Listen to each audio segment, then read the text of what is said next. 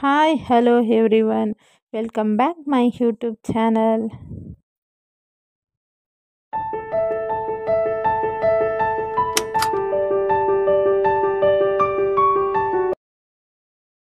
ಯಾರೆಲ್ಲ ನನ್ನ ಯೂಟ್ಯೂಬ್ ಚಾನಲ್ನ ಸಬ್ಸ್ಕ್ರೈಬ್ ಮಾಡಿಲ್ಲ ಪ್ಲೀಸ್ ಸಬ್ಸ್ಕ್ರೈಬ್ ಮಾಡಿ, ಹಾಗೆಯೇ ಪಕ್ಕದಲ್ಲಿರ್ತಕ್ಕಂತಹ ಬೆಲ್ ಐಕನ್ನ ಕ್ಲಿಕ್ ಮಾಡೋದ್ರ ಮುಖಾಂತರ ನಾನು ಮಾಡುವಂತಹ ಯಾವುದೇ ವಿಡಿಯೋ ಕೂಡ ಫಸ್ಟ್ ಬಂದು ನಿಮ್ಮನ್ನು ತಲುಪುತ್ತೆ. ಭೂವರಹ ಸ್ವಾಮಿ ದೇವಸ್ಥಾನದ ವಿಶೇಷತೆ ಏನೆಂದರೆ, ಯಾರು ಭೂಮಿಯನ್ನು ಖರೀದಿ ಮಾಡ್ತಾರೋ ಹಾಗೆ ಮನೆಯನ್ನು ಕಟ್ಟಲು ಆಸೆ ಆಕಾಂಕ್ಷೆಗಳನ್ನು ಇಟ್ಕೊಂಡಿರ್ತಾರೋ ಶೀಘ್ರವೇ ಈ ದೇವಸ್ಥಾನಕ್ಕೆ ಬಂದು ಪೂಜೆಯನ್ನು ಸಲ್ಲಿಸಿದರೆ ಫಲ ಬೇಗನೆ ಸಿಗುತ್ತೆ. ಇದುವೇ KR ಪೇಟೆ ತಾಲೂಕಿನ ಕಲ್ಲಹಳ್ಳಿ ಎಂಬ ಗ್ರಾಮದಲ್ಲಿ ನೆಲೆಸಿರ್ತಕ್ಕಂತಹ ಸ್ಥಳ ಈ ಭೂವರಹ ಸ್ವಾಮಿ ದೇವಸ್ಥಾನ. ಈ ಭೂವರಹ ಸ್ವಾಮಿ ದೇವಸ್ಥಾನ ವಿಷ್ಣುವಿನ 3ನೇ ಅವತಾರ ಅಂತ ಹೇಳ್ತಾರೆ, ಹಾಗೂ ಕಾಡು ಹಂದಿಯನ್ನು ಹೋಲುವಂತಹ ಅವತಾರ. ಇದರ ಇತಿಹಾಸವನ್ನು ನಾವು ನೋಡೋದಾದರೆ ಸುಮಾರು 2 ವರ್ಷಗಳ ಇತಿಹಾಸವನ್ನು ನಾವು ಇದರಲ್ಲಿ ನೋಡ್ತೀವಿ. ಹಾಗೆಯೇ ಪುರಾಣಗಳಲ್ಲಿ ಹೇಳೋದಾದರೆ ಗೌತಮ ಋಷಿಗಳು ಇಲ್ಲಿ ತಪಸ್ಸನ್ನು ಮಾಡಿದ್ರು ಅಂತ ಹೇಳುವಂತಹ ಒಂದು ಪ್ರತೀತಿ ಕೂಡ ಇಲ್ಲಿ ನಾವು ನೋಡ್ತೀವಿ. ಹಾಗೆಯೇ ವೀರಬಲ್ಲಾಳನು ಇಲ್ಲಿ ತಪಸ್ಸನ್ನು ಮಾಡಿದ ಅನ್ನೋದು ಕೂಡ ಒಂದು ಪ್ರತೀತಿ. ಒಂದು ಸನ್ನಿವೇಶದಲ್ಲಿ ಹೇಳ್ತಾರೆ, ಒಂದು ಬೇಟೆ ನಾಯಿ ಒಂದು ಮೊಲವನ್ನು ಓಡಿಸಿಕೊಂಡು ಹೋಗ್ತಾ ಇರಬೇಕಾದ್ರೆ ಸ್ವಲ್ಪ ಸಮಯದ ನಂತರ ಮೊಲವನ್ನು ಬೇಟೆ ನಾಯಿ ಹಟ್ಟಿಸಿಕೊಂಡು ಬರ್ತಾ ಇತ್ತಂತೆ ಅನ್ನುವಂತಹ ಇಲ್ಲಿ ಪ್ರತೀತಿಯನ್ನು ನಾವು ನೋಡ್ತೀವಿ. ಹಾಗೆಯೇ ಈ ವೀರಬಲ್ಲಾಳ ಎಂಬಂತಹ ರಾಜ ಈ ಪ್ರದೇಶದಲ್ಲಿ ಏನೋ ಒಂದು ವಿಶೇಷತೆ ಇದೆ ಅಂತ ಹೇಳಿ ಆ ವೀರಬಲ್ಲಾಳನಾದಂತಹ ರಾಜ ಭೂಮಿಯನ್ನು ಅಗೆಯಲು ಹೊರಟನಂತೆ. ಅಗೆದಾಗ ಅಲ್ಲಿ ಭೂಮಿಯ ಒಳಗಡೆ 18 ಅಡಿ ಎತ್ತರದ ಭೂವರಹ ಸ್ವಾಮಿಯ ವಿಗ್ರಹದ ಜೊತೆಗೆ 3 ಅಡಿ ಎತ್ತರದ ಭೂದೇವಿ ತೊಡೆಯ ಮೇಲೆ ಕುಳಿತಿರ್ತಕ್ಕಂತಹ ವಿಗ್ರಹವನ್ನು ಇಲ್ಲಿ ನಾವು ಸಿಕ್ಕಿರೋದನ್ನು ಕಾಣ್ತೇವೆ. ಹಾಗೂ ಈ ದೇವಸ್ಥಾನದ ವಿಶೇಷತೆ ಇನ್ನೇನಪ್ಪ ಅಂತಂದರೆ, ಭೂಮಿಯನ್ನು ಖರೀದಿಸುವವರು ಮತ್ತು ಮನೆಯನ್ನು ಕಟ್ಟಬೇಕು ಅಂತ ಹೇಳಿ ಅಂದ್ಕೊಂಡಿರ್ತಕ್ಕಂಥವ್ರು, ಹಾಗೆಯೇ ಉದ್ಯೋಗ ನಮಗೆ ಸಿಗಬೇಕು ಅಂತ ಹೇಳಿ ಉದ್ಯೋಗ ಪ್ರಾಪ್ತಿಗಾಗಿ ಎಲ್ಲರೂ ಕೂಡ ಇಲ್ಲಿ ಆಸೆಯನ್ನು ಇಟ್ಕೊಂಡಿರ್ತಾರೆ. ಈ ದೇವಸ್ಥಾನಕ್ಕೆ ಒಮ್ಮೆ ಬಂದು ಭೇಟಿ ಕೊಟ್ಟರೆ ಸಾಕು, ನಿಮ್ಮ ಆಸೆ ಕನಸುಗಳೆಲ್ಲವೂ ಸಹ ಈಡೇರುತ್ತೆ. ಹಾಗೆಯೇ ಮನೆ ಕಟ್ಟುವ 2 ಇಟ್ಟಿಗೆಯನ್ನು ತೆಗೆದುಕೊಳ್ಳಬೇಕು. ಭೂಮಿಯನ್ನು ಖರೀದಿಸುವವರು ಒಂದು ಹಿಡಿ ಮಣ್ಣನ್ನು ತೆಗೆದುಕೊಂಡು ದೇವರ ಸನ್ನಿಧಿಯಲ್ಲಿ ಕೊಟ್ಟು ಪೂಜೆ ಮಾಡಿಸಬೇಕು. 100 ರೂಪಾಯಿ ರಸೀದಿಯನ್ನು ಪಡೆದುಕೊಂಡು ಅರ್ಚಕರ ಬಳಿ ಪೂಜೆ ಮಾಡಿಸಬೇಕು. ಅರ್ಚಕರು ಮಂತ್ರ ಪಠಣೆಯ ಮೂಲಕ ನಮ್ಮ ಇಷ್ಟಾರ್ಥವನ್ನು ನೆರವೇರಲಿ ಎಂದು ಭೂವರಹ ಸ್ವಾಮಿಗೆ ಪೂಜೆಯನ್ನು ಸಲ್ಲಿಸುತ್ತಾರೆ. ಹಾಗೆಯೇ ಅರ್ಚಕರು ಹೇಳುವ ಪ್ರಕಾರ ಮನೆ ಕಟ್ಟುವವರು ಒಂದು ಇಟ್ಟಿಗೆಯನ್ನು ದೇವಸ್ಥಾನದ ಬಳಿಯೇ ಇಟ್ಟು ಇನ್ನೊಂದು ಇಟ್ಟಿಗೆಯನ್ನು ಮನೆಗೆ ತೆಗೆದುಕೊಂಡು ಹೋಗಿ ಬಿಳಿಯ ಬಟ್ಟೆಯನ್ನು ಹಳದಿ ಬಟ್ಟೆಯನ್ನಾಗಿ ಮಾಡಿ ದೇವರ ಮನೆಯಲ್ಲಿ ಇಟ್ಟು ನಮ್ಮ ಇಷ್ಟಾರ್ಥ ನೆರವೇರುವ ತನಕ ಪೂಜಿಸಬೇಕು. ಮನೆ ಕಟ್ಟುವವರು ಅವರ ಇಷ್ಟಾರ್ಥ ನೆರವೇರುವ ತನಕ ಆ ಒಂದು ಇಟ್ಟಿಗೆಯನ್ನು ಪೂಜಿಸಬೇಕು.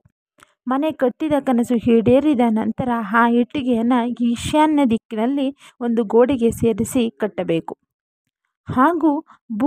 ಹಾಗೆಯೇ ಭೂಮಿಯನ್ನು ಖರೀದಿಸುವವರು ಮಣ್ಣನ್ನು ಹಳದಿ ಬಟ್ಟೆಯಲ್ಲಿ ಕಟ್ಟಿ ಪೂಜಿಸತಕ್ಕದ್ದು. ನಂತರ ನೆರವೇರಿದ ನಂತರ ತುಳಸಿ ಗಿಡಕ್ಕೆ ಈ ಮಣ್ಣನ್ನು ಹಾಕಬೇಕು. ತಮ್ಮ ಇಷ್ಟಾರ್ಥಗಳು ನೆರವೇರಿದ ನಂತರ ಭೂವರಹ ಸ್ವಾಮಿಗೆ ಭೇಟಿ ಕೊಟ್ಟು ನಮ್ಮ ಕೈಲಾದಷ್ಟು ಧನವನ್ನು ಹರಕೆ ಹುಂಡಿಗೆ ಕಾಣಿಕೆ ರೂಪದಲ್ಲಿ ಸಲ್ಲಿಸುವುದು. ಹಾಗೆಯೇ ಮತ್ತೊಂದು ವಿಶೇಷ ಏನಪ್ಪ ಅಂತ ಅಂದರೆ, ಇಲ್ಲಿ ಪೂಜಾ ಪುನಸ್ಕಾರಗಳು ತುಂಬಾ ನಡೀತಾ ಹೋಗುತ್ತೆ. ಹಾಗೆಯೇ ಮಂತ್ರ ಪಠಣೆಗಳ ಮುಖಾಂತರ ನಡೀತಾ ಹೋಗುತ್ತೆ. ನಾವು ನೋಡ್ತಾ ಇರ್ಬೋದು, ಅಲ್ಲಿ ನಾವು ಹಿಡಿಯಷ್ಟು ತಂದಿರತಕ್ಕಂತಹ ಮಣ್ಣಾಗಿರ್ಬೋದು, ಇಟ್ಟಿಗೆ ಆಗಿರ್ಬೋದು, ಅಲ್ಲಿ ಭೂವರಹ ಸ್ವಾಮಿಗೆ ಮಂತ್ರ ಪಠಣೆ ಮೂಲಕ ಪೂಜಿಸುವುದ್ರ ಮೂಲಕ ನೀವು ನೋಡ್ತಾ ಇರ್ಬೋದು, ಅಲ್ಲಿ ನಮಗೆ ಒಳ್ಳೆಯದಾಗಲಿ ಅಂತ ಹೇಳಿ ಮಂತ್ರ ಪಠಣೆಯನ್ನು ಮಾಡ್ತಾ ಇರ್ತಾರೆ. ಹಾಗೆ ಸಾಕಷ್ಟು ಜನ ಎಲ್ಲಿಂದಲೂ ಕೂಡ ಇಲ್ಲಿಗೆ ಬಂದು ಭೇಟಿಯನ್ನು ಕೊಟ್ಟು ಅವರ ಮನೆ ಕಟ್ಟುವ ಆಸೆಗಳಾಗಿರ್ಬೋದು ಅಥವಾ ಅವರ ಒಂದು ಭೂಮಿಯನ್ನು ಖರೀದಿಸುವಂಥದ್ದಾಗಿರ್ಬೋದು ಎಲ್ಲವೂ ಸಹ ನೆರವೇರಿದೆ. ಇಲ್ಲ ಅಂದರೆ ಇಷ್ಟೊಂದು ಜನ ಬರೋದಕ್ಕೆ ಸಾಧ್ಯವೇ ಇರ್ತಿರಲಿಲ್ಲ ಅಂತ ಹೇಳ್ಬೋದು. ಹಾಗೆಯೇ ನೋಡೋದಕ್ಕೂ ಕೂಡ ತುಂಬ ಪ್ರಶಾಂತವಾಗಿರ್ತಕ್ಕಂತಹ ಸ್ಥಳ ಕೂಡ ಆಗಿರ್ತಕ್ಕಂಥದ್ದು ಇದು. ನೀವು ನೋಡ್ತಾ ಇರ್ಬೋದು, ಭೂವಾರ ಸ್ವಾಮಿ ದೇವಸ್ಥಾನಕ್ಕೆ ಒಮ್ಮೆ ಭೇಟಿ ಕೊಟ್ಟರೆ ಸಾಕು, ಇಲ್ಲಿ ನಮ್ಮ ಇಷ್ಟಾರ್ಥಗಳನ್ನು ನಾವು ನೆರವೇರಿಸ್ಕೊಳ್ಬಹುದು. ಈ ದಿನ ಸಂಡೇ ಆಗಿರೋದ್ರಿಂದ ತುಂಬಾ ಜನ ಕೂಡ ಅಲ್ಲಿ ತುಂಬಿದ್ರು. ಹಾಗೆಯೇ ನಾವು ಸಾಲಿನಲ್ಲಿ ನಿಂತ್ಕೊಂಡು ಕೂಡ ಅಲ್ಲಿ ನಾವು ಭೂವಾರ ಸ್ವಾಮಿಯ ದರ್ಶನವನ್ನು ಪಡಿಬೇಕು ಅಂತ ಹೇಳಿ ಬಂದ್ವಿ. ಅದು ತುಂಬಾ ಚೆನ್ನಾಗಿ ದರ್ಶನ ಕೂಡ ಆಯಿತು. ಅಲ್ಲೇ ಸ್ವಲ್ಪ ಹೊತ್ತು ನಾವು ಅಲ್ಲೇ ಕೂತ್ಕೊಂಡು ಪ್ರಾರ್ಥನೆಯನ್ನು ಸಲ್ಲಿಸಿ ನಾವು ಕೂಡ ದೇವರ ದರ್ಶನವನ್ನು ಪಡೆದುಕೊಂಡ್ವಿ. ತುಂಬ ಚೆನ್ನಾಗಾಯಿತು ದೇವರ ದರ್ಶನ. ಎಷ್ಟೇ ಕ್ಯೂ ಇದ್ದರೂ ಸಹ, ಸಾಲುಗಳಿದ್ದರೂ ಸಹ ತುಂಬಾ ಚೆನ್ನಾಗಾಗತ್ತೆ ದರ್ಶನ ಮಾತ್ರ. ಇಲ್ಲಿ ಯಾರೆಲ್ಲ ನಾವು ಮನೆ ಕಟ್ಟಬೇಕು ಅಂತ ಆಸೆನ ಇಟ್ಕೊಂಡಿರ್ತೀರ, ಇಲ್ಲಿ ಒಮ್ಮೆ ಬಂದು ನೋಡಿದ್ರೆ ಸಾಕು, ನಿಮ್ಮ ಆಸೆಗೆ ಒಂದು ಹುಮ್ಮಸ್ಸು, ಅಂದರೆ ಒಂದೇನಾದರೂ ಆಗುತ್ತೆ ಅನ್ನುವಂತಹ ಒಂದು ಭರವಸೆ ಕೂಡ ಇಲ್ಲಿ ನಮಗೆ ತುಂಬ ಚೆನ್ನಾಗಿ ಕಾಣಿಸುವ ಥರನೇ ನಮಗೆ ದರ್ಶನ ಕೂಡ ಆಗುತ್ತೆ. ಅಲ್ಲೇ ಸ್ವಲ್ಪ ಹೊತ್ತು ಕೂತು ನಾವು ಕೂಡ ದರ್ಶನವನ್ನು ಪಡೆದುಕೊಂಡು ಬಂದ್ವಿ.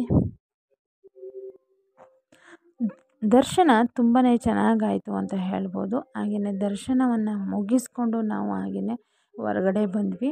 ಅಲ್ಲೂ ಕೂಡ ಇನ್ನು ಸಿಕ್ಕಾಪಟ್ಟೆ ಮಳೆ ಬರೋದ್ರಿಂದ ಎಲ್ಲ ಕೂಡ ತುಂಬ ಜನ ಕೂಡ ಇದ್ದರು. ಅಲ್ಲೇ ಸಿಕ್ಕಾಪಟ್ಟೆ ಮಳೆ ಕೂಡ ಬರ್ತಾಯಿತ್ತು ಹೊರಗಡೆ. ಹಾಗೆಯೇ ಅಲ್ಲಿ ಒಂದು ಫೋಟೋವನ್ನು ತೆಗೆದುಕೊಂಡು ಕೂಡ ಹೊರಗಡೆ ಬಂದ್ವಿ. ನೀವು ನೋಡ್ತಾ ಇರ್ಬೋದು, ತುಂಬಾ ಜನ ಇದ್ದಾರೆ, ತುಂಬ ಜನ ಇದ್ದಾರೆ. ಹಾಗೆಯೇ ನಮಗೆ ಭೂವಾರ ಸ್ವಾಮಿಯ ಒಂದು ಫೋಟೋ ಕೂಡ ನಮಗೆ ಅಲ್ಲಿ ಸಿಗ್ತಾ ಹೋಗುತ್ತೆ. ಅದನ್ನು ನಾವು ಮನೆಗೆ ತೆಗೆದುಕೊಂಡು ಪೂಜೆ ಕೂಡ ಮಾಡ್ಕೋಬೋದು. ಹಾಗೆಯೇ ಪಕ್ಕದಲ್ಲೇ ಇರ್ತಕ್ಕಂತಹ ಶ್ರೀನಿವಾಸ ದೇವರ ಒಂದು ದರ್ಶನವನ್ನು ಸಹ ನಾವು ಮಾಡಿದ್ವಿ. ಅಲ್ಲೂ ಕೂಡ ಪೂಜೆ ಇತ್ತು. ಮಳೆ ಬರೋ ಕಾರಣ ತುಂಬಾ ಮಳೆ ಕೂಡ ಬರ್ತಾಯಿತ್ತು. ಹಾಗೆಯೇ ದರ್ಶನ ಕೂಡ ತುಂಬ ಚೆನ್ನಾಗಾಯಿತು ಅಂತ ಇದ್ದರು. ನೋಡ್ತಾ ಇರ್ಬೋದು ನೀವೇ. ಇಲ್ಲಿ ಆವಾಗವಾಗ ಬಿಟ್ಟು ಮಳೆ ಕೂಡ ಬರ್ತಾಯಿತ್ತು. ಹಾಗಾಗಿ ಸ್ವಲ್ಪ ಅಸ್ತವ್ಯಸ್ತ ಪರಿಸ್ಥಿತಿ, ಏಕೆಂದರೆ ಮಳೆ ಬರ್ತಾಯಿತ್ತಲ್ಲ, ಹಾಗಾಗಿ. ಆದರೆ ದೇವರ ದರ್ಶನ ಮಾತ್ರ ತುಂಬ ಚೆನ್ನಾಗಾಗತ್ತೆ ಇಲ್ಲಿ. ನೀವು ನೋಡ್ತಾ ಇರ್ಬೋದು ನೋಡಿ, ಎಷ್ಟು ಕಲ್ಲುಗಳನ್ನು ಜೋಡಿಸಿದ್ದಾರೆ ಅಂತ ಹೇಳಿ. ಪ್ರತಿಯೊಬ್ಬರು ಕೂಡ ಮನೆ ಕಟ್ಟುವ ಆಸೆಯನ್ನು ಇಟ್ಕೊಂಡಿರ್ತಕ್ಕಂಥವ್ರು ಪೂಜೆಯನ್ನು ಮಾಡಿಸಿದ ನಂತರ ಕಲ್ಲುಗಳನ್ನು ಜೋಡಿಸ್ತಾರೆ. ಯಾಕೆಂದರೆ ಅವರು ಕೂಡ ಮನೆಯನ್ನು ಕಟ್ಟಬೇಕು ಅನ್ನೋ ಆಸೆಯಿಂದ ಮನೆಯನ್ನು ಕಟ್ಟಬೇಕು ಅಂತ ಹೇಳಿ ಕಲ್ಲುಗಳನ್ನು ಜೋಡಿಸ್ತಾ ಹೋಗ್ತಾರೆ. ಪ್ರದಕ್ಷಿಣೆಯನ್ನು ಹಾಕ್ತಾ ಇದ್ದಾರೆ.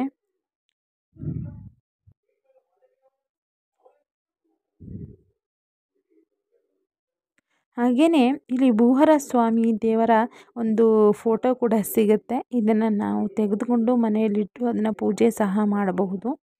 ಇದನ್ನು ಎಲ್ಲರೂ ಕೂಡ ಅದನ್ನು ನಾವು ತೆಗೆದುಕೊಂಡು ಪೂಜೆಯನ್ನು ಮಾಡೋದಕ್ಕೆ ತೆಗೆದುಕೊಂಡು ಹೋಗ್ತಾರೆ.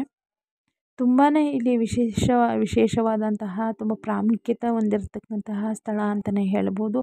ಯಾರೆಲ್ಲ ಭೂಮಿಯನ್ನು ಖರೀದಿಸಬೇಕು, ಮನೆಯನ್ನು ಕಟ್ಟಬೇಕು ಅಂದ್ಕೊಂಡಿರ್ತೀರೋ, ಒಮ್ಮೆ ಇಲ್ಲಿ ಭೇಟಿ ಕೊಟ್ಟರೆ ಸಾಕು, ಅವರ ಆಸೆಗಳು ಈಡೇರಿಸುವಂತಹ ಒಂದು ಪ್ರಸಿದ್ಧವಾದಂತಹ ಒಂದು ಸ್ಥಳ ಅಂತ ಹೇಳಿ ಹೇಳ್ಬೋದು.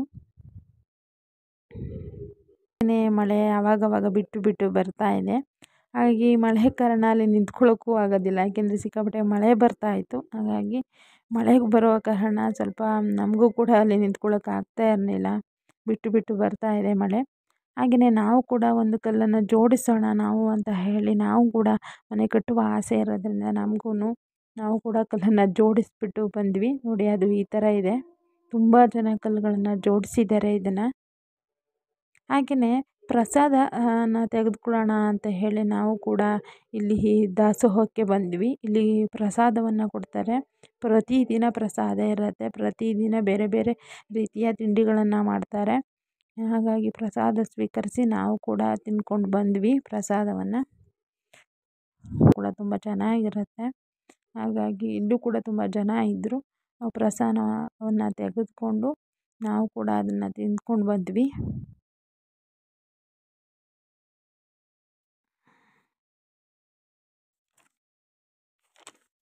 ಹಾಗೆಯೇ ಪಕ್ಕದಲ್ಲಿರ್ತಕ್ಕಂತಹ ಈ ನದಿಗೆ ಬಂದ್ವಿ. ಈ ಒಂದು ನದಿ ಈ 3 ನದಿಗಳು ಸೇರ್ತಕ್ಕಂತಹ ಒಂದು ಸಂಗಮವಾಗಿರುತ್ತೆ. ಅಂದರೆ ಇಲ್ಲಿ 3 ನದಿಗಳ ಸಂಗಮ ಹೇಮಾವತಿ, ಕಾವೇರಿ, ಲಕ್ಷ್ಮಣ ತೀರ್ಥ 3 ನದಿಗಳ ಸಂಗಮ ಕ್ಷೇತ್ರವಾಗಿರುವಂತಹ ಈ ಒಂದು ಸ್ಥಳ ಪ್ರವಾಸಿ ತಾಣ ಕೂಡ ಆಗಿದೆ. ಯಾರಿಗೆಲ್ಲ ಈ ಒಂದು ವಿಡಿಯೋ ಇಷ್ಟ ಆಗಿದ್ದರೆ ಪ್ಲೀಸ್ ಸಬ್ಸ್ಕ್ರೈಬ್ ಮಾಡಿ, ಸಪೋರ್ಟ್ ಮಾಡಿ, ಲೈಕ್ ಮಾಡಿ, ಕಾಮೆಂಟ್ ಮಾಡಿ, ಶೇರ್ ಮಾಡಿ ಅಂತ ಹೇಳಿ ನೆಕ್ಸ್ಟ್ ವಿಡಿಯೋದಲ್ಲಿ ಮತ್ತೆ ಸಿಗೋಣ.